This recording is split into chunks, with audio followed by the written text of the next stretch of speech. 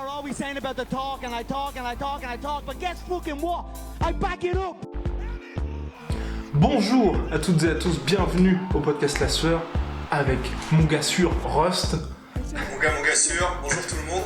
On le rappelle, le podcast est en écoute sur SoundCloud, iTunes, Deezer, Podcast Addict et toutes les plateformes habituelles, téléchargeable également gratuitement sur SoundCloud. On va démarrer temps pour battant avec Rust qui est extrêmement dissipé aujourd'hui. Ouais, bah écoutez, là, c'est le haut niveau, hein, c'est pas mal. Par la question, puisque nous avons été call-out publiquement au sujet de Cain Velasquez la semaine dernière. Donc on rappelle le commentaire de notre très cher Clément, qui est vraiment un auditeur fidèle. Bonsoir, très intéressante analyse. Pour autant, je ne comprends pas que des personnes comme vous puissent penser une seule seconde que ce bon vieux Cain soit le GOAT. Surtout après s'être fait déboîter par Cheikh Congo, pouvez-vous m'expliquer ? Il faut que le règne dure comme vous dites. Qu'a fait ce bon vieux Cain pour mériter toutes ces éloges ? Combien de fois a-t-il défendu son titre ? Je ne comprends pas. Qui a-t-il combattu ? Combien de combats a-t-il fait ? Contre qui ? Pour l'ami Rust, excusez mon orthographe, mais le mec a un record de 18 combats, knocked out facilement par Junior, etc. Ce qui me renvoie sur Connor, qui n'est en aucun cas des meilleurs, d'autant plus avec les noms qu'il a combattus, sauf Aldo et Alvarez, un peu comme Mr. Velasquez. Petite précision, avant que tu répondes. Alors, au sujet de Cain Velasquez, en fait, on n'a jamais dit qu'il était le GOAT, mais c'était plutôt parmi les plus grands heavyweight. Donc là, c'est la première précision. Et deuxième, en fait, et c'est surtout sur ça, en fait, qu'il va falloir insister, et je pense que Rust, son analyse se base surtout là-dessus, c'est que quand on va parler de noms de certains combattants, on n'en parle pas en tant que, par exemple, Junior Dos Santos de 2018. On parle du monstre qu'il était avant. Et tous les combattants que Cain Velasquez a combattus, comme Cheikh Congo par exemple, parce que il a quand même battu Cheikh Congo, c'était un autre Cheikh Congo qui était beaucoup plus impressionnant que maintenant. Vas-y mon cher Rust. Ouais, et pour faire une transition tout en smooth criminal, non seulement c'était un gros Cheikh Congo dans son prime, ouais, mais en plus au moment où Cain Velasquez a combattu Cheikh Congo, s'il gagnait, avait le combat pour le titre, ouais, et Cain Velasquez, en fait, lui n'avait rien du tout. En fait, au moment où ils ont combattu tous les deux, c'était vraiment Cheikh Congo qui était le gros poids lourd très en vue, qui venait de battre Crocop et qui était sur des rails du succès. Et la raison pour laquelle on le considère, et toute notre équipe est d'accord là-dessus, ouais, comme étant un des plus grands de tous les temps, c'est qu'en fait, on sait par exemple que Overeem, c'est un des meilleurs strikers de la catégorie poids lourd. Quand il est arrivé, il a un peu, pas révolutionné la catégorie, mais ce qu'il a apporté, aucun autre poids lourd ne l'avait, ne possédait ses skills, les skills de ce niveau-là, etc. Un background pareil. On peut faire l'argument pour je sais pas, par exemple, Daniel Cormier en lutte, personne n'a été capable de l'arrêter, ou je sais pas, il y a des combattants qui, quand ils arrivent dans cette catégorie, ils révolutionnent un peu la catégorie parce que ils apportent quelque chose qu'on n'a jamais vu avant. Cain Velasquez, quand il est arrivé dans la catégorie poids lourd, il a apporté quelque chose qu'on n'avait encore jamais vu, mais même pas dans un seul domaine. Il avait un physique, une morphologie déjà qui était assez, qui n'était pas en vue à ce moment-là, qui était un poids lourd relativement petit. Je crois que Cain Velasquez, il a 1,85, un truc comme ça. Ouais. Il est relativement léger pour un poids lourd. Il me semble qu'il est aux alentours de 107, 108, 110 kilos. Mais extrêmement rapide, et surtout, ce qui fait que c'est un poids lourd absolument unique, c'est une étoile filante ce gars-là, il avait un cardio qui lui permettait de tenir synchrone. On peut commencer par là. Ce qui fait qu'il a un style qui, s'il avait continué, s'il s'était pas blessé autant qu'il s'était blessé, un style de poids lourd qui peut aller au même rythme, voire même accélérer sur synchrone, et donc étouffer un adversaire un peu comme Nick Diaz ou Colby Covington, c'était du jamais vu. Premièrement, c'était un truc, ça c'est une caractéristique physique, mais qu'aucun poids lourd n'avait. En plus de ça, il y avait une lutte de catégorie Division 1 NCAA aux États-Unis, donc c'est ce qui se fait de mieux en fait au niveau des States, c'est sûr, et c'est des gars qui ont vraiment un niveau mondial. Au niveau du striking, il était tout en volume, et ça c'est quelque chose que les poids lourds n'ont pas énormément, c'est quelque chose qui est capable de travailler vraiment avec une boxe étouffante où le but c'est d'avancer constamment et d'étouffer un peu son adversaire comme Nick Diaz, au risque de me répéter. Ça n'existait pas vraiment en poids lourd en fait, personne n'avait le gas tank comme on dit, la réserve au niveau du cardio pour faire ça.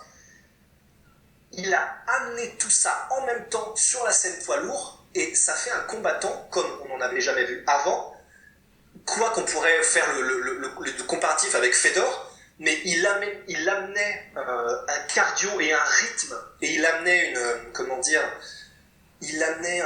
il était constamment en avançant, et il était constamment, il y a une erreur de connexion, j'espère que ça s'entendra pas trop. Ça marche nickel. Je vais continuer malgré tout.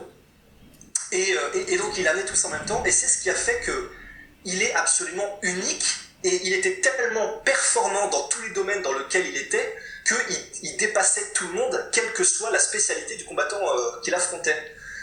Donc, je sais pas trop, là il y a une mauvaise connexion, je sais pas trop ce que ça va donner. Ça marche nickel, ça marche toujours nickel. Eh ben, super, et donc oui, donc au niveau... Ouais, et donc non seulement il avait tous ces attributs physiques que personne d'autre n'avait, mais il savait les utiliser pour... ses adversaires n'avaient pas de réponse, à moins de le mettre KO en un seul coup, comme l'a fait Junior Dos Santos au début. Ouais. Personne ne savait comment prendre Cain Velasquez, comment résister à la marée qui reviendra constamment, et tu sais que si tu ne le mets pas KO au premier round, dans les 3 premières minutes, c'est la panique, et ce sera la panique jusqu'au 5e round. Il a affronté en plus de ça des combattants du calibre de Junior Dos Santos, ça a été son némésis, c'est pas pour rien qu'il y avait 3 combats. Car Junior Dos Santos, vraiment au fait de sa gloire, de sa puissance, de sa rapidité, de sa force de frappe, un Junior Dos Santos terrifiant. D'ailleurs, il l'a mis KO. C'était, un coup de battoir, comme on en a rarement vu lors de leur premier combat. Mais voilà, Cain Velasquez, quand il est au pic physique, quand il est en forme et qu'il n'a pas de blessure, en plus c'est quelqu'un qui s'améliore constamment. On l'a vu contre Travis Brown, il commençait lors de son combat de rentrée contre Travis Brown à l'UFC 200 à placer des spinning back kicks à un mec de 2 mètres. Il commençait à incorporer des gestes qu'on normalement on voit que dans les catégories inférieures. Donc c'est-à-dire qu'il avait absolument tout pour être un combattant, le meilleur de tous les temps, ça c'est sûr, il avait largement ce qu'il faut, mais comme on n'en avait jamais vu avant, et s'il s'était pas blessé, là on pourrait parler de Cain Velasquez comme, sans aucune discussion possible, le meilleur combattant qui n'ait jamais existé sur la planète. Surtout que, mine de rien, au niveau des combattants, là on n'en a toujours pas parlé de ceux qu'il avait affrontés. Il y a 2 défaites en carrière, certes, donc le KO hyper rapide contre Junior Dos Santos, où il a quand même brillamment, ensuite, lors des 2 combats, mis tout le monde d'accord avec 2 branlés, mais véritablement branlés contre Junior Dos Santos, qui ont fait beaucoup de mal à la carrière de Junior pour la suite. Il y a eu aussi cette défaite, là on n'en a toujours pas parlé, mais c'est aussi important, donc à Mexico, contre Fabricio Verdum. Donc c'était certes une nouvelle défaite parce qu'il a gazé finalement comme un gros noob, puisqu'il s'était pas préparé à l'altitude qu'il y avait au Mexique. Enfin franchement, bravo Cain. Mais là encore, il y a 2 défaites en carrière seulement pour 14 victoires, et 2 défaites contre Junior Dos Santos, qui était alors effrayante, donc pour la première défaite de la carrière de Cain Velasquez, et ensuite la deuxième contre Fabricio Verdum. Fabricio Verdum, rappelons-le, qui est l'un des plus grands poids lourds de tous les temps. Donc un tel bilan, et avec 2 défaites contre de combattants aussi prestigieux, je pense qu'il y a beaucoup de poids lourds, et même de combattants MMA tout court, qui seraient d'accord pour avoir le même bilan. Exactement, et puis en plus, donc il y a eu la défaite contre Dos Santos, et ça malheureusement, à part peut-être Mark Hunt, il n'y a pas vraiment beaucoup d'humains sur cette planète qui seraient capables de résister à cette espèce de coup de tonnerre. Et contre Fabricio Verdum, voilà, c'est juste que, et là c'est totalement imputable à lui et à son équipe. Hein. C'est vrai que c'est pas de la chance, mais il dominait de la tête et des épaules Fabricio Verdum au début, et c'est juste qu'il a été rattrapé par le fait qu'il était à je sais plus combien de milliers de mètres d'altitude, et que du coup son légendaire cardio n'a pas suivi. À part ça, c'est des dominations totales de chacun de ses combats, et vraiment des dominations dans le sens où c'est comme s'il y avait 3 divisions d'écart. Les 2 autres combats avec Junior Dos Santos, il y a eu des frayeurs et c'était un peu serré les premiers rounds, mais sinon, il y avait vraiment une classe d'écart. Ces dominations d'Antonio Silva, on n'en parle même pas, enfin, c'est copier-coller d'une boucherie. Tous ceux qu'il a combattus, je crois qu'il n'a pas dû perdre un round, à part quand du coup il se met KO d'un seul coup, quand il gère mal son cardio et sa préparation. C'est ça. C'est tout bonnement, c'est terrifiant. C'est peut-être un des plus gros regrets qu'on pourrait avoir à propos de la catégorie poids lourd, c'est de ne pas avoir vu un Cain Velasquez en bonne santé et de voir les ravages qu'il aurait pu faire et jusqu'où il aurait pu aller dans ce sport, quoi. Après, aujourd'hui, bon, il a 35 ans, il devrait vraisemblablement revenir, mais dans quel état? Ce qui est rassurant quand même, c'est qu'il a pas un mileage très élevé, à savoir beaucoup de combats, et qu'il a pas pris énormément de dommages. J'ajouterais aussi, pour être complet sur Ken, il y a eu des dommages, mais je veux dire, par rapport à des mecs qui, il n'y a pas eu un mec comme Junior Dos Santos qui a beau être plus jeune, tu vois, on sait qu'aujourd'hui il est perdu plus ou moins pour la cause. Et donc oui, juste le dernier point sur Kane, et là-dessus aussi, peut-être que tu me rejoindras, c'est aussi pour moi ce qui fait qu'aujourd'hui on peut le considérer comme l'un des plus grands poids lourds, nuance, fallait pas de tous les temps en global, c'est cette fameuse victoire contre Brock Lesnar, où vraiment il a mis à terre le monstre que tout le monde pensait à l'époque invaincu, parce que Brock Lesnar, avant d'être aujourd'hui ce qu'il est redevenu, donc à savoir la superstar de la WWE, un mec qui revient uniquement pour les money fights contre Mark Hunt ou John Jones, c'était la crème, la référence en poids lourd, donc le champion, et on se disait qui va réussir à le battre, et bah ce fut Cain Velasquez, qui était, comme tu l'avais dit, un modèle beaucoup plus petit et beaucoup moins terrifiant. Ouais, carrément, et puis en plus c'est vrai que on peut avoir la gâchette facile et la critique facile avec Brock Lesnar, parce que déjà on a très envie de le faire, parce que si on est un fan de MMA, on voit un mec qui vient du catch et on a envie de défendre notre bout de viande, même si c'est irrationnel, on a envie de dire de toute façon c'est un catcheur, c'était sûr que contre des combattants de bon calibre il se serait fait démonter, etc., parce qu'après il a perdu contre Velasquez et Overeem. On a beau jeu de faire cette critique, mais elle n'est pas vraiment applicable, parce que pour moi, alors vraiment toute proportion gardée, il faut savoir raison garder, même si je me répète totalement, mais c'est un peu comme Bob Sapp, quand Bob Sapp est arrivé au niveau kickboxing et au niveau MMA, c'est-à-dire que c'est un gars, il a une progression qui est météoritique, il déboîte des gars en quelques combats, et en quelques combats il se fait une place parmi les meilleurs combattants du monde, dans les meilleures organisations du monde, et sur les premiers comptes, personne, pour Brock Lesnar, là je reviens uniquement sur lui, n'a semblé en mesure, en tout cas, de réussir à arrêter cette espèce de train de fret qui a un niveau, parce que Brock Lesnar, à la base, c'est quand même un double champion des États-Unis de lutte au niveau NCAA Division 1, toujours la même, et c'est un athlète comme on en voit, mais peut-être, un sur 100 millions d'individus, c'est un super athlète, Brock Lesnar. Et quand il est arrivé, qu'il a commencé à battre Randy Couture, qu'il a commencé à battre Frank Mir lors de la revanche, qu'en plus il commence à Issering aussi, qui était un gros client à l'époque, un top 10 mondial, et qu'en plus de ça il arrive à stopper Shane Carwin, c'était vraiment la collision des deux planètes, il arrive à comment dire, il a pris du gros dommage par Shane Carwin, qui est un ours, mais un grizzly, ce gars, il est absolument terrifiant, et pareil il a un corps qu'il a un peu lâché, et on se disait, il est capable de prendre des coups et de revenir, donc ça veut dire qu'il a quand même du cœur. Il a une lutte dans laquelle il est intestable. Il a un sol, ce mec-là, il se déplace comme un chat alors qu'il doit cutter du poids pour faire 120 kilos, et il a un striking qui est pas dégueu et en tout cas largement suffisant pour jouer kiff-kiff avec les meilleurs combattants. Au moment où Cain Velasquez est arrivé, donc en plus Cain Velasquez qui faisait 10 kilos de moins, honnêtement, il y avait du challenge, mais on se disait, ça va être stylé, et encore une victoire géniale pour Brock Lesnar. Donc, Cain Velasquez, qui vraiment c'était David contre Goliath, Cain Velasquez qui, tel Saint Gabriel, est venu pourfendre le dragon, à l'époque c'était une énorme performance. C'est vraiment, il faut se replacer à ce moment-là, quoi. Entièrement d'accord avec mon cher Ross, donc j'espère qu'on va apporter une réponse complète sur l'ami Velasquez. On va poursuivre avec les questions puisqu'on est lancé. Donc question de Jungleman. Salut muchachos, dites-moi, je sais bien que vous devez déjà avoir beaucoup de taf, mais j'aimerais bien que vous donniez votre avis sur le TUF. Moi perso, je trouve que depuis le 25 Rédemption, c'est très intéressant, bien monté, avec de bons coachs et de belles histoires. Donc le 27, votre avis dessus, et le 26, que pensez-vous de Sierra Eubanks? Et pour le 25, que devient le vainqueur JT Money, donc Jesse Taylor? Alors, je le confesse, au risque d'être exposé, je ne regarde absolument pas le TUF parce que ça ne m'intéresse pas tellement. Je préfère en fait le format de Dana White Tuesday Night Contender Series, où je trouve que c'est beaucoup plus intéressant au niveau du calibre des combattants. Le TUF, je trouve que c'est ce dont on parle assez souvent avec Rust et Polydamas, c'est que vraiment aujourd'hui ça a perdu en fait de la légitimité du point de vue des combattants qui entrent au TUF, il y en a beaucoup trop, et très peu en fait qui ont le calibre UFC. Donc finalement c'est juste un show qui ne sert presque à rien, puisqu'on va voir par exemple Jesse Taylor, donc qu'est-ce qu'il devient ? Il est suspendu pour dopage, et même quelqu'un comme Jesse Taylor, il gagne le TUF certes, mais à 34 ans après avoir eu sa chance, on sait très bien qu'il va rien faire dans l'organisation. Et c'est ce que je reproche au TUF aujourd'hui, c'est que du point de vue du futur, à la base c'était censé révéler des talents, et aujourd'hui c'est devenu une émission pour avoir une émission et pour faire de l'audience. Voilà. Ouais, je te rejoins à 100% et en fait c'est exactement pareil. C'est-à-dire que pour moi il y avait vraiment deux raisons pour lesquelles je m'étais intéressé à l'époque au TUF, mais c'était vraiment déjà il y a plusieurs années, parce qu'il y avait une vraie incidence des gagnants du TUF sur la catégorie dans laquelle il atterrissait.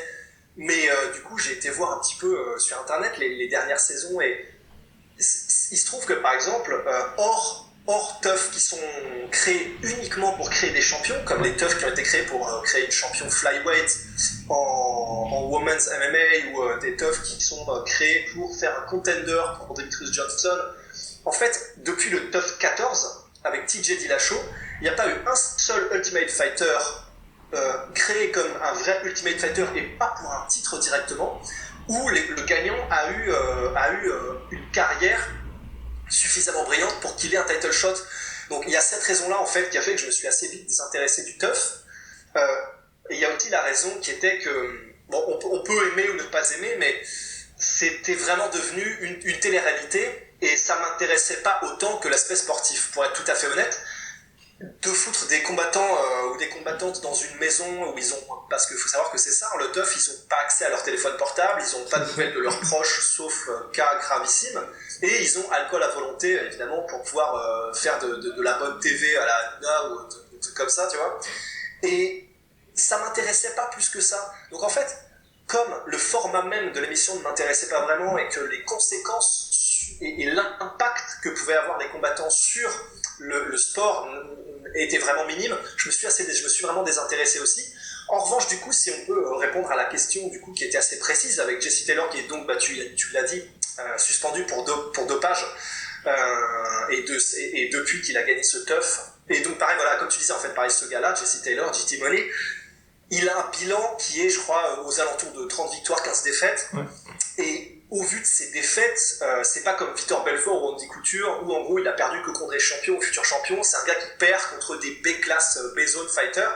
Donc, comme tu le répètes, il n'aurait pas eu un parcours, c'était pas comment dire, c'était pas Sébastien Loeb, hein. S'il arrivait à l'UFC, il aurait fait victoire-défaite. Enfin, évidemment, il peut y avoir des révélations, mais selon toute vraisemblance, ça n'aurait pas été brillant. Et pour ce qui est de... J'ai oublié le nom de la fille. Eubanks. C'est celle qui a gagné le TUF 26. Ouais, et bah du coup, en fait, voilà, comme je regarde pas, en fait, j'étais pas forcément au courant de cette fille-là, mais du coup, par respect quand même pour nos auditeurs, j'ai été rechercher un peu et j'ai regardé le combat qu'elle a fait contre Roxane Moda Kessi, un truc comme ça. C'est une fille combattante que je connaissais pas non plus. Et force m'a été de constater que c'est une combattante qui est donc qui aurait dû combattre pour le titre flyweight à la base, mais elle a eu un problème de choix au moment où elle était censée combattre, et du coup le combat pour le titre lui a été retiré. Mais c'est une combattante qui, pour moi, elle est assez horrible à regarder en fait. J'espère vraiment que l'auditeur qui a posé la question n'est pas lié familialement à cette combattante ou vraiment à quelque chose un vrai lien avec, mais c'était horrible, je suis désolé, c'était vraiment horrible. C'est une combattante qui vient du jiu-jitsu, d'après ce que j'ai compris, et au sol, effectivement, elle se débrouille, mais debout, c'est absolument, ça rame en mode galère romaine, il n'y a absolument aucune subtilité dans le jeu. Au niveau de la lutte, c'est poussif de chez poussif, c'est vraiment la women's flyweight, si toutes les combattantes, et celle-ci a l'air de faire partie du pop, si toutes les combattantes sont un peu de cet acabit-là, franchement, ça va ramer dur. Et voilà, je sais tout ce que je peux dire sur cette combattante, pas très impressionné, et voilà, c'est l'UFC qui veut se donner sûrement une bonne image, et elle y arrive, et tant mieux pour elle, en additionnant de plus en plus de catégories féminines, mais là franchement c'est additionner une catégorie qui est à 1000 lieues sous les mers de faire concurrence au niveau des skills aux autres catégories.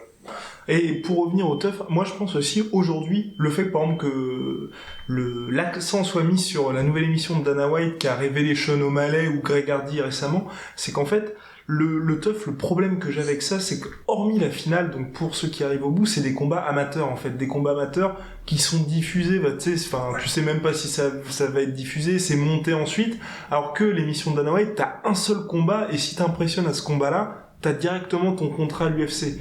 Alors que l'autre, dans tous les cas, imaginons tu fais 2 combats, tu gagnes, et ensuite tu perds la demi-finale, et t'as fait 2 combats amateurs qui ne t'apportent rien, et tu vas même pas à l'UFC. Et je pense que faudrait peut-être que soit l'UFC change le format, ou alors qu'ils abandonnent, mais vraisemblablement avec tout ce qu'ils sont en train de mettre d'argent autour de l'émission de Dana White, je pense que petit à petit le TUF va mourir ou va voilà. Oui, c'était déjà questionné. C'était Brendan Schaub, je crois, qui disait que de toute façon, il était tellement sur la pente descendante et de toute façon, ils étaient tellement obligés de créer des TUF. Tu vois, on l'a vu avec le TUF, j'ai oublié les noms, mais le TUF par exemple en flyweight, où ils étaient obligés de prendre des gars, on savait absolument pas d'où ils sortaient, ou le TUF où ils ramenaient que des anciens combattants.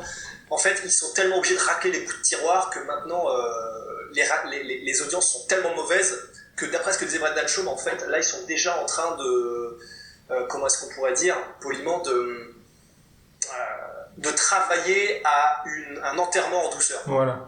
Oui, non, mais surtout que là, pour revenir au dernier TUF, celui qui avait entre Daniel Cormier et Stipe Miocic, qui devait un petit peu hyper ce combat-là, on n'en a pas entendu parler du tout. Le dernier qui avait un peu fonctionné, mais même pas pour les combattants qu'il y avait, c'était plus pour le duel qui se préparait, c'était celui entre TJ Dillashaw et Cody Garbrandt, mais c'était vraiment, ce qui nous intéressait, c'était les 2 combattants, les 2 coachs, c'était pas du tout les mecs du TUF qu'il y avait. Donc bref, petit à petit, le TUF se meurt. Et deuxième question, mais je pense qu'on va faire uniquement le podcast avec les questions de Jungleman, tellement elles sont riches.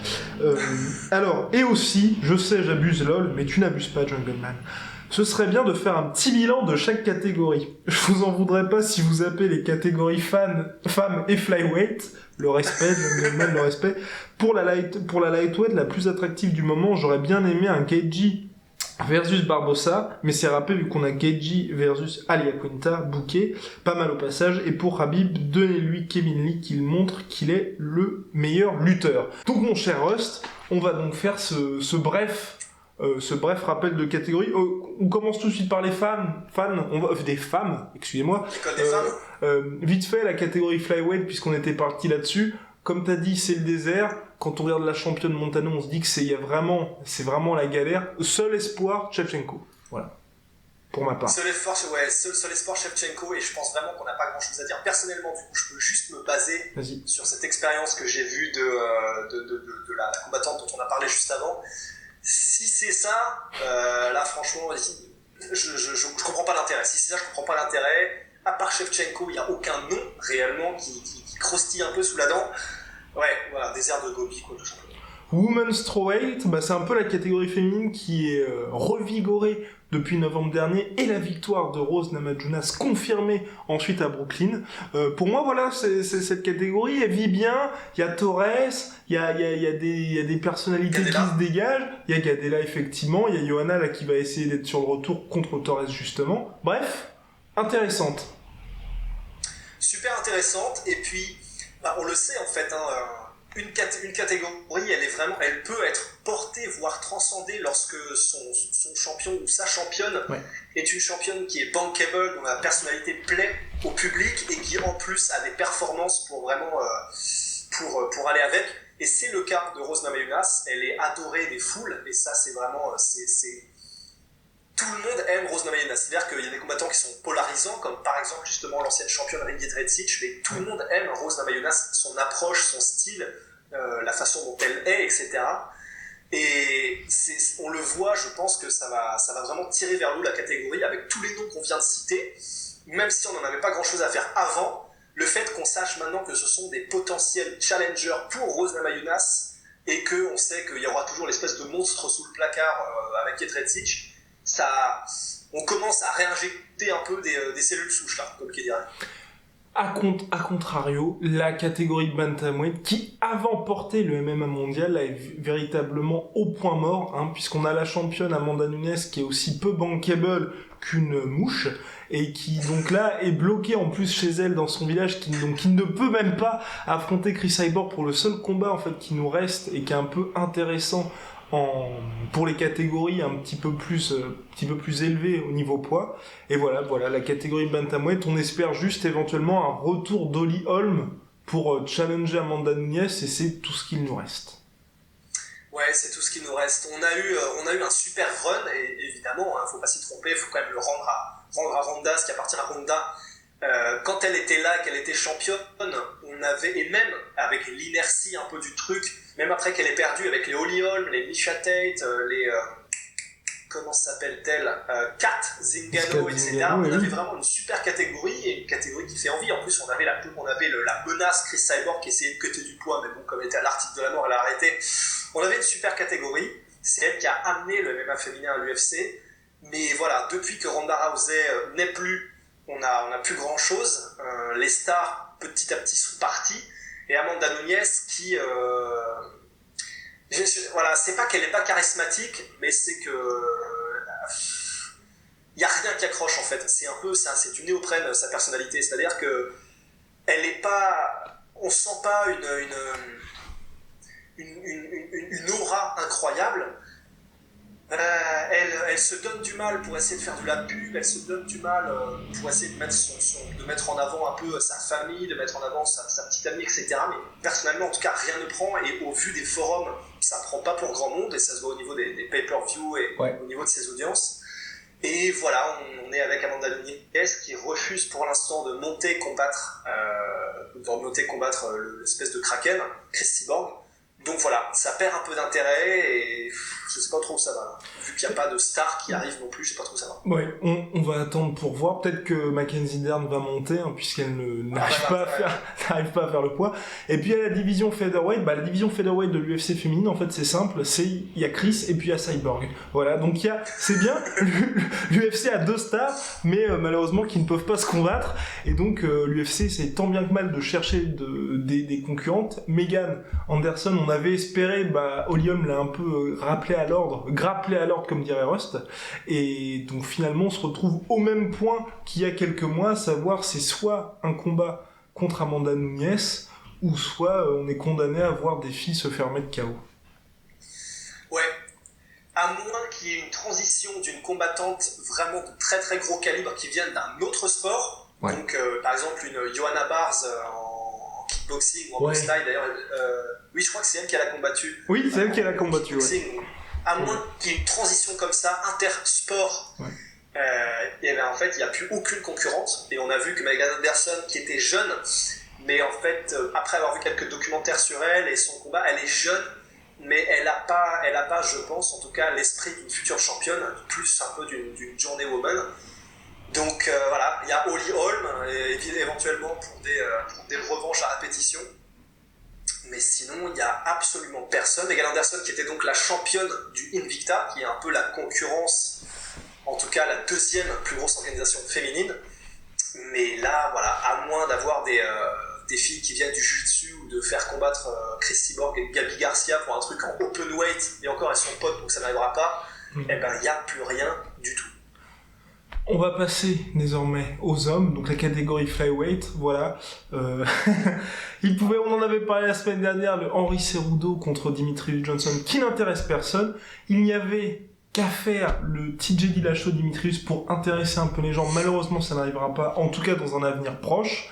Et on se retrouve avec une catégorie où il y a, grosso modo, on va dire 5-6 combattants de niveau équivalent, et Dimitrius Johnson qui a des années-lumière, mais qui forcément ne passionne pas les foules. Très honnêtement, je pense que tu as tout dit. On a le meilleur combattant en termes de skills actuel, qui est donc Dimitrius Johnson, qui est une vitrine, mais une vitrine...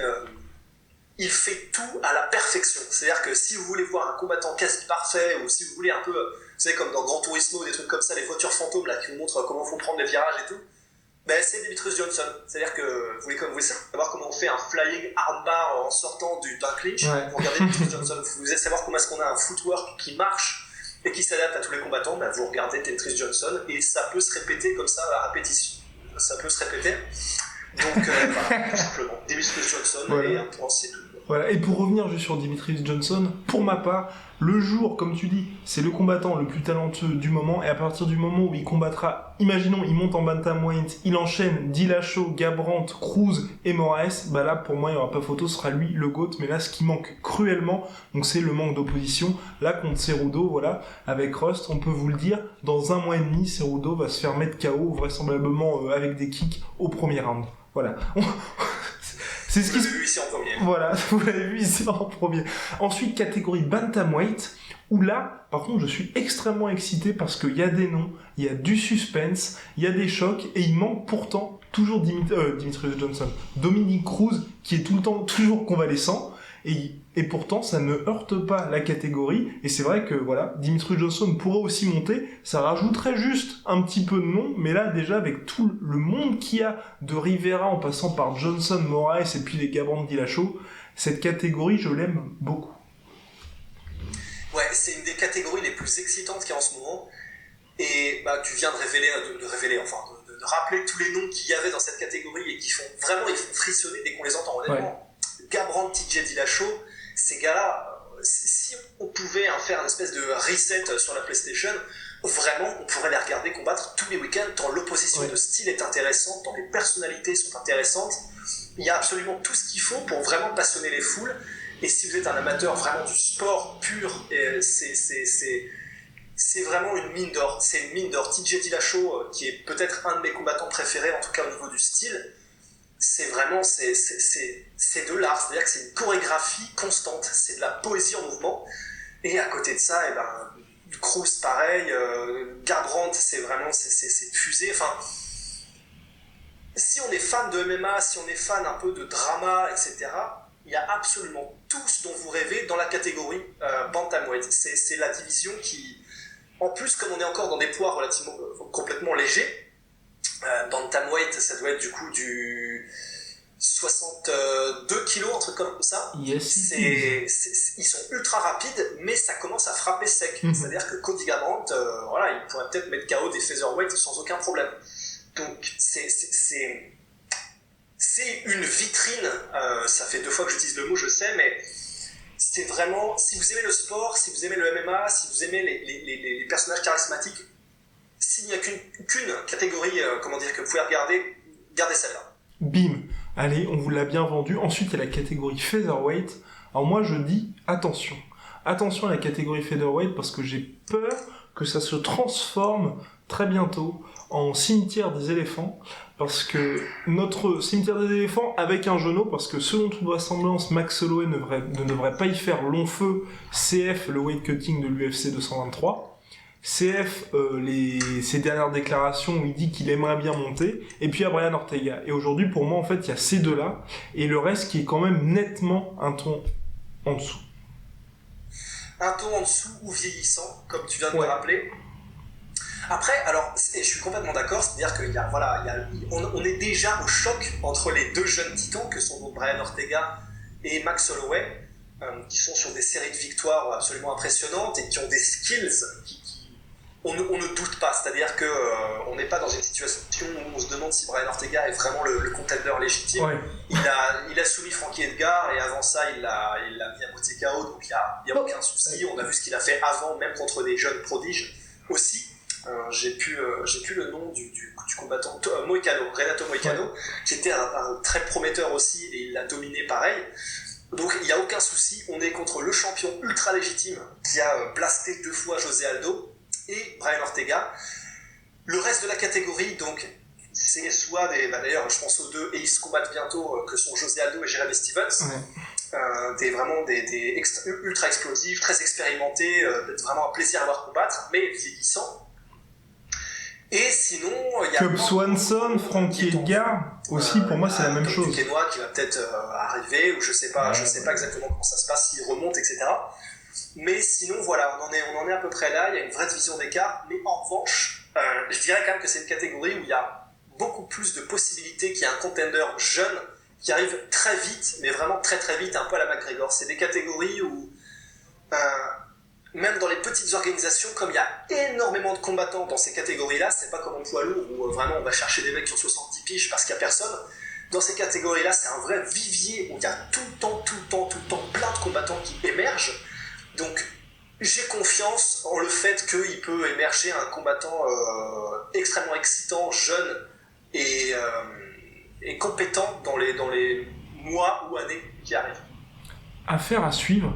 Nous avons ensuite la catégorie lightweight qui est en ce moment la catégorie quasi reine du MMA mondial, puisqu'il y a McGregor, il y a Khabib, il y a Tony Ferguson, il y a Gaethje, il y a Kevin Lee, il y a Al Iaquinta, il y a Eddie Alvarez, il y a notre cher Dustin Poirier, bref, il y a tout le monde. Vous avez un top 7 vraiment de tueurs à gages et c'est superbe, sauf que là aussi, voilà, il y a quand même le problème, c'est pas... Le problème, oui et non, c'est que je pense en fait qu'il y a le fait qu'il y ait deux stars quasiment inatteignables comme Khabib, Conor et bientôt Georges Saint-Pierre, ça fait que je pense que... Et puis, j'avais oublié Nate Diaz, ça fait que je pense en fait qu'il y a... Voilà, il y a un peu deux divisions en fait. Deux divisions, d'un côté, les mecs qui font la queue, avec en première position de cette queue-là, Kevin Lee, et puis les Dustin Poirier et Eddie Alvarez, donc ceux qui sont connus des noms, qui vont être main event à Calgary dans les UFC Fight Pass Fight Night, et les autres superstars qui sont là pour les pay-per-view, où on sait très bien qu'ils n'affronteront jamais ces combattants-là. Et c'est un peu ce que je reproche vraisemblablement à cette division, c'est que il y a les noms qu'on voit régulièrement comme les Poirier et les Alvarez qui sont obligés de combattre pour rester relevant, et les autres superstars qui, eux, n'ont pas besoin de combattre et qui continuent quand même de faire la une. Ouais, on est dans la catégorie où Conor McGregor est quasiment aussi gros que l'UFC, ouais. Et on en est presque au point où on peut se demander si c'est l'UFC qui a besoin de Conor McGregor ou l'inverse.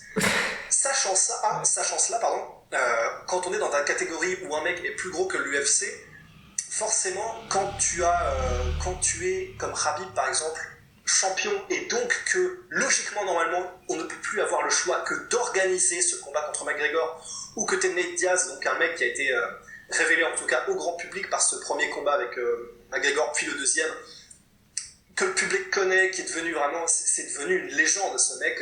Nate Diaz, ça en était déjà une, mais c'en est devenu une du point de vue mainstream. Et ben, en fait, ils n'ont plus besoin vraiment de combattre. C'est pour ça que c'est pas très grave que Khabib fasse le ramadan, et qu'en fait, il peut prendre vraiment, il pourrait prendre 7 ou 8 mois. En fait, de toute manière, il sait que l'UFC a besoin de lui. Il est russe, il apporte un public, il apporte vraiment un public à l'UFC sur lequel l'UFC ne pouvait pas compter avant. Il est invaincu, il a un skills de dingue, c'est la vraie grosse, énorme menace pour McGregor. Donc en fait, c'est génial. On a des gars qui sont absolument fascinants et on peut plus attendre de les voir, sauf qu'en fait, on les voit quasiment plus jamais. Et à côté de ça, on a des mecs qui sont de très bon niveau, mais on a toujours un espèce de pincement au cœur quand on les voit, comme tu le disais, parce que ça n'a plus vraiment l'incidence qu'ont les énormes stars du sport que sont les trois noms qu'on a nommés avant. Et selon toute vraisemblance, de toute façon, on l'avait dit dans le podcast de la semaine dernière, tout devrait s'arranger à partir du moment où Conor McGregor sera vraiment pleinement de retour à l'UFC, parce que c'est vrai qu'aujourd'hui, voilà, on ne sait pas il devrait combattre, mais on sait toujours pas, c'est toujours pas officialisé, il n'y a pas de date, il y a ses ennuis judiciaires, mais à partir du moment où il sera de retour dans l'organisation, soit en tant que contender, soit en tant que champion, bah voilà, la vie recommencera et les gens arrêteront d'essayer de call out McGregor pour avoir un combat. Nate Diaz reviendra, parce que si McGregor est de retour en activité, bah Nate Diaz va bien falloir pour rester relevant, qu'il fasse des combats. Donc voilà. Parlons maintenant de la catégorie welterweight. Catégorie welterweight, de nombreux combattants de talent, mais pourtant qui ne passionnent plus les foules depuis quasiment le départ de Georges Saint-Pierre il y a maintenant 4 ans. Et avec Tyron Woodley qui est champion, qui moi j'apprécie beaucoup ce bon vieux Tyron, et qui devrait affronter Colby Covington pour un combat qui pourrait peut-être un peu sauver la catégorie, ou qui a un regain d'intérêt pour cette catégorie, puisque ce sera un combat quasiment à mort. Ouais. Ça va être un combat super intéressant. Bon, il y aura un énorme build-up parce que les gars sont anciens coéquipiers, qu'il commence déjà à y avoir du bon trash talk à l'ancienne, et même parce que stylistiquement c'est super intéressant avec Colby Covington, qui est donc un mec qui travaille tout en volume et qui, comme on l'a vu avec RDA, peut même mettre vraiment en danger des strikers de métier. Il a une lutte qui est absolument sublime et qui est de très très gros niveau, et d'ailleurs ils étaient vraiment... je sais plus si... Oui, je crois qu'il était NCA niveau 1 aussi. Je sais qu'on le dit beaucoup depuis le début du podcast, mais c'est-à-dire que... Bon, déjà, c'est génial, parce que c'est-à-dire qu'à l'UFC, il y a des combattants qui viennent des plus hautes strates du sport et des autres sports majeurs.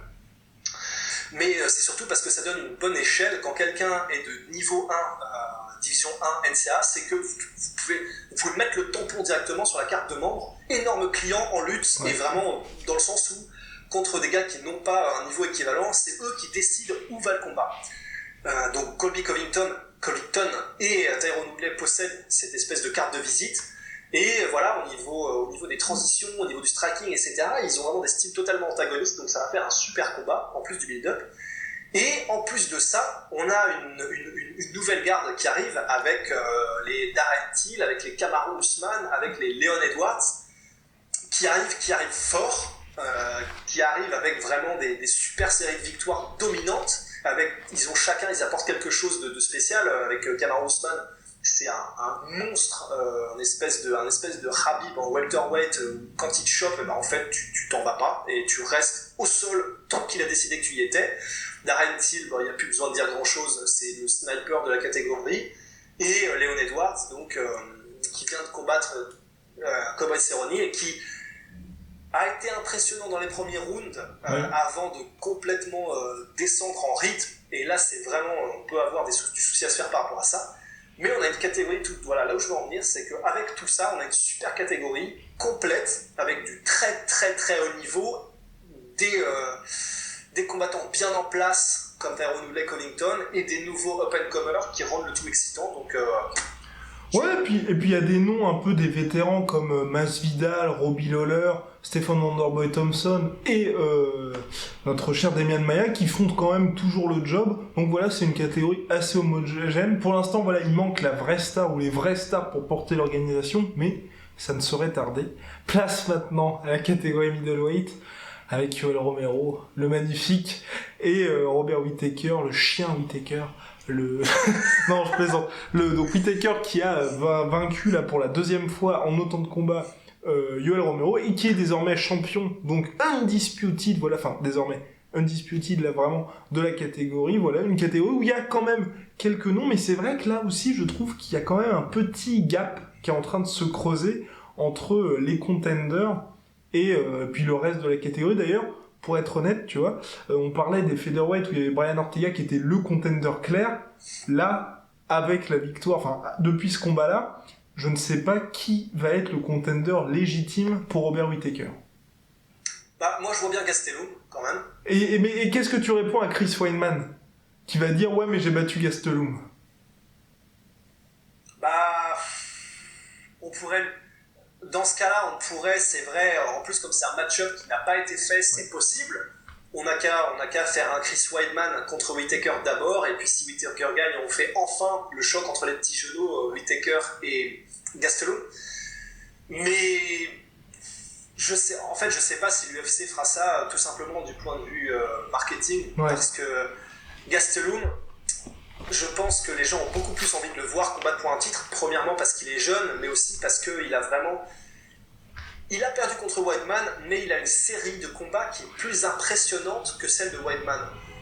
Donc, je sais pas trop comment ils vont se démerder, très honnêtement, mais pour moi, le vrai contender légitime, en tout cas, c'est Gastelum. Et après, je sais pas trop où on va à partir de là.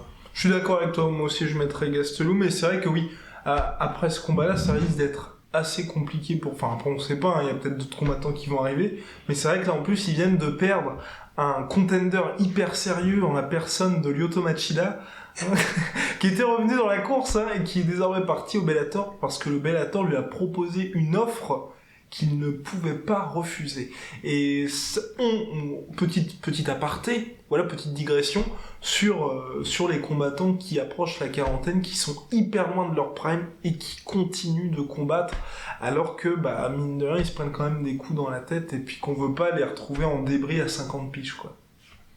Vous en avez parlé dans le podcast précédent avec Polydamas, mais On savait déjà que le Bellator était grosso modo une maison de retraite, hein, un petit peu à moitié, en tout cas, parce qu'il y a une partie très compétitive, oui, avec par exemple McDonald contre Moussassi qui arrive. Mais sinon, voilà, c'est un peu les vieilles gloires, les gloires passées qu'on recueille pour donner un peu de volume, en tout cas, et de couverture médiatique au Bellator. Mais voilà, on commence à avoir cette espèce de mode qui n'en est pas vraiment une en réalité, parce que de toute façon, tous les combattants, et on prend Chuck Liddell comme exemple parce que c'en est un très bon, quand on est combattant à ce niveau-là, et qu'on est. Parce que voilà, ce sont des légendes, hein, quand même. Lyoto Machida et Chuck Liddell, des gars comme ça, Tito Ortiz, ce sont un peu des légendes et ils ont ça dans le sang, donc ils sont tout simplement incapables de s'arrêter en fait. Ils sont incapables.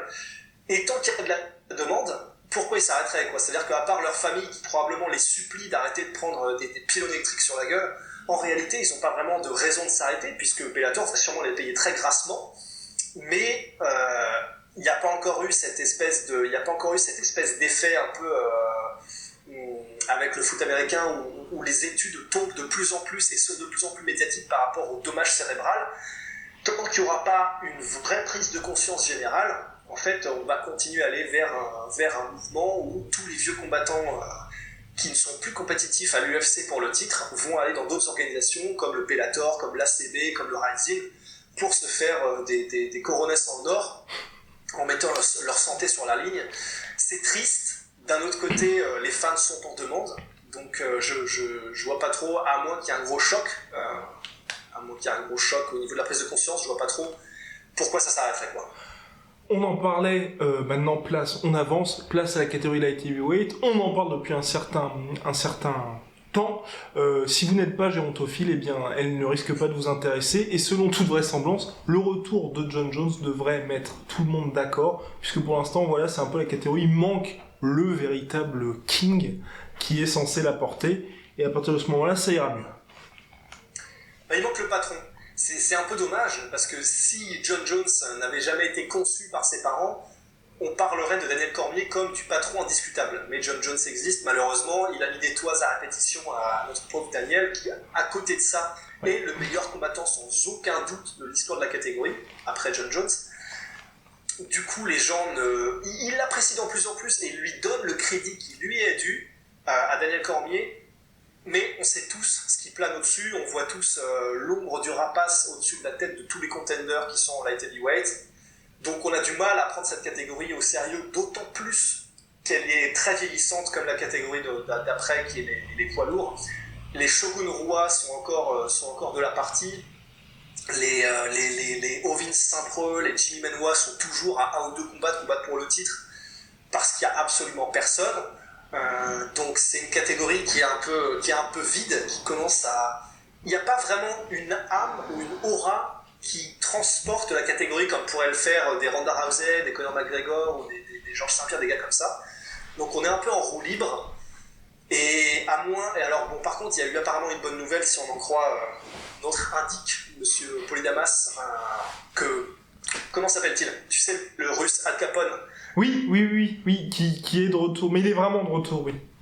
Il est vraiment de retour, Nikita Krylov. Voilà.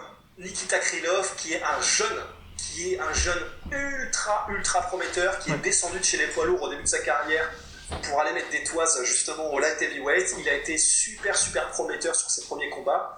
Il a perdu un combat qui aurait dû l'amener vers de nouvelles hauteurs contre Ovins Saint-Preux. Il s'est pris une Ezekiel ou une Van Fluke ou un truc un peu à la con comme ça, dont Ovins Saint-Preux est le spécialiste. Oui, exactement. Il ne faut jamais compter Ovins Saint-Preux hors d'un combat.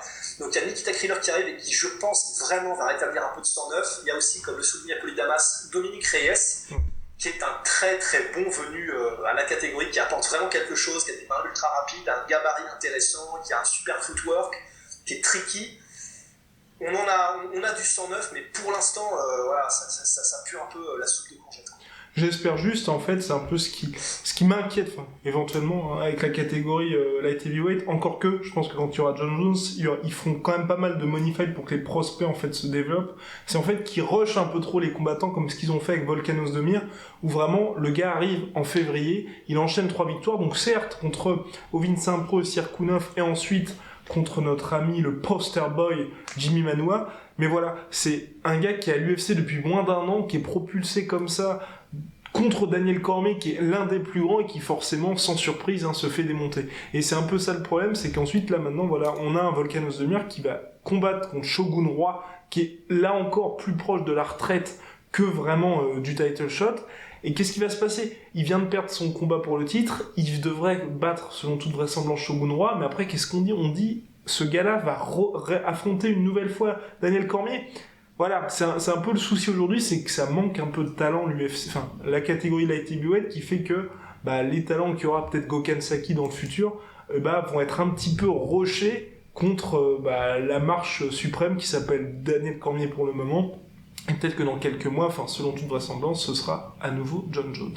Place désormais à la catégorie reine qui était présumée morte il y a quelques mois de ça, mais derrière Francis Ngannou, il y a eu les Curtis Blades, les Alexander Volkov, et puis désormais Tai Tuivasa. Voilà, il y a un petit peu de sang frais, ça fait du bien. Il y a Brock Lesnar qui va revenir pour faire un peu de money fight, Cormier qui monte, John Jones qui veut aussi faire des super fights chez les heavyweights, voilà. Il y a un petit peu de vie dans cette catégorie de trentenaires. Ouais, et en plus de ça, on a Greg Hardy qui est un ancien joueur de football américain controversé, qui est en train d'enchaîner les KO sous 2 minutes, et qui a été découvert par la fameuse série Dana White Tuesday Contender Series dont on parlait avant. Donc ça veut dire que tout se met en place. Il commence à y avoir une dynamique. Si cette série-là produit des gars un peu de qualité, la Dana White Tuesday Night Contender Series, il commence à y avoir un projet cohérent pour l'UFC. Donc on a des gars qui arrivent qui sont solides. Voilà, là, tu as parlé des Tai Tuivasa, Curtis Blade et Volkov. C'est des mecs super solides, super complets, qui commencent vraiment, et jeunes encore, jeunes. Curtis Blade, il doit avoir 26 ou 27 ans. Volkov, peut-être un peu plus âgé, mais pas de beaucoup. Et le dernier qui était Tai Tuivasa, Curtis Blade, voilà, Tuivasa il doit avoir 25 piges. Je pense qu'on tient vraiment là le futur de la catégorie poids lourd. Ils vont probablement pas être rushés vers le titre, enfin j'espère pas en tout cas, peut-être qu'on va leur donner un peu tous les combattants un peu vieillissants de la catégorie, je pense qu'on va tous les donner un à un et on va se les répartir entre les petits nouveaux pour qu'ils se fassent les dents comme on dit. Mais je pense que voilà, la triplette qu'il y a là, avec éventuellement Greg Hardy, mais j'y crois un peu moins parce que ce mec-là n'a pas le background technique, en tout cas qu'ont les 3 précédents. On peut avoir une vraie dynamique qui se crée avec des têtes de pont comme ça, parce qu'ils sont tous très bons dans leur domaine. Et ça n'augure que de bonnes choses. Tant qu'il y aura Stipe, et Stipe n'est pas si vieux, tant qu'il y aura Stipe, ça va être compliqué, mais ça peut créer une super dynamique d'avoir un espèce de pilier, un mec indéboulonnable comme Stipe, et vraiment des jeunes hyènes qui arrivent pour essayer chacun de leur côté de bouffer un peu du dominant. Et comme l'a dit Fernand Lopez, coach de Francis Ngannou et boss du MMA Factory que nous avons interviewé aujourd'hui, donc interview disponible sur SoundCloud, Deezer, iTunes et puis YouTube bien évidemment, il risque d'y avoir pas mal de mouvements à l'UFC 226, donc qui a lieu dans 2 semaines, plus précisément lors de la Fight Week à Las Vegas, puisque voilà, Miocic affronte Cormier et que notre cher Francis Ngannou affronte Derrick Lewis. Mais ça, ce sera la semaine prochaine, mon cher Rust, pour une petite preview aux oignons. Ça va être quelque chose. Là, il y a tellement à dire sur Ngannou et sur ce combat. Ça va être, on va se régaler, ça va être du petit four. Allez, à la semaine prochaine, mon cher Rust. Salut. À la semaine prochaine. Saying about the talk and I talk and I talk and I talk, but guess fucking what? I back it up.